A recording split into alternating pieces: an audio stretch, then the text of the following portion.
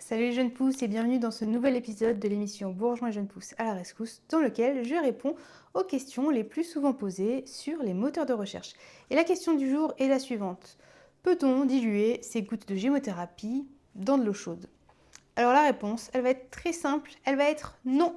Voilà, la chaleur va altérer les principes actifs. Donc il est fortement déconseillé de mettre votre gémothérapie dans une infusion, un thé, un café. Bien que ça puisse être tentant et pratique, il est tout à fait préférable d'éviter d'utiliser la gémothérapie comme ça.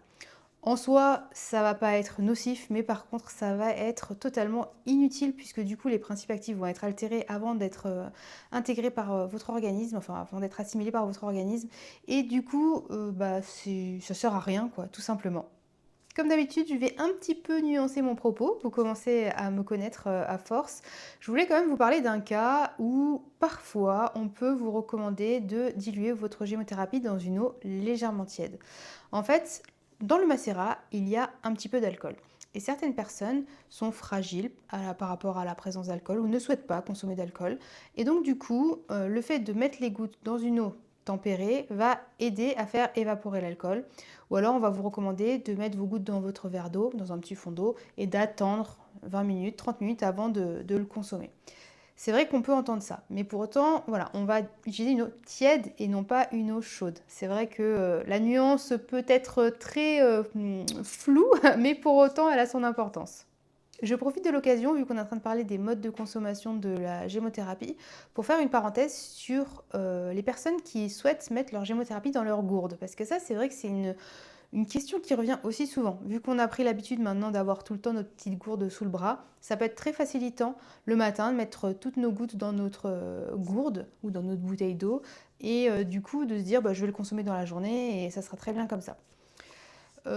J'ai envie de dire que c'est pas forcément la solution idéale, tout en mettant quand même en relief le fait que si c'est votre seul moyen pour consommer la gémo, faites-le.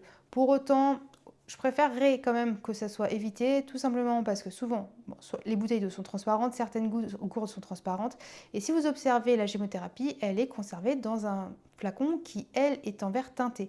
Tout simplement parce que le verre teinté va permettre que les principes actifs ne soient pas altérés par les rayons du soleil.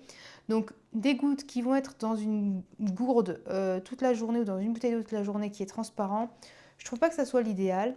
Et aussi, on va pas forcément le consommer en pleine conscience et à des moments qui sont opportuns. Donc c'est vrai que si on peut éviter, c'est mieux. Mais maintenant, je sais bien qu'on fait aussi comme on peut. Et comme je vous l'ai dit précédemment dans certaines vidéos, on ne s'autoflagelle pas. Et on fait aussi selon nos modes de vie et selon ce qui est le plus évident pour nous pour que la gémothérapie soit prise.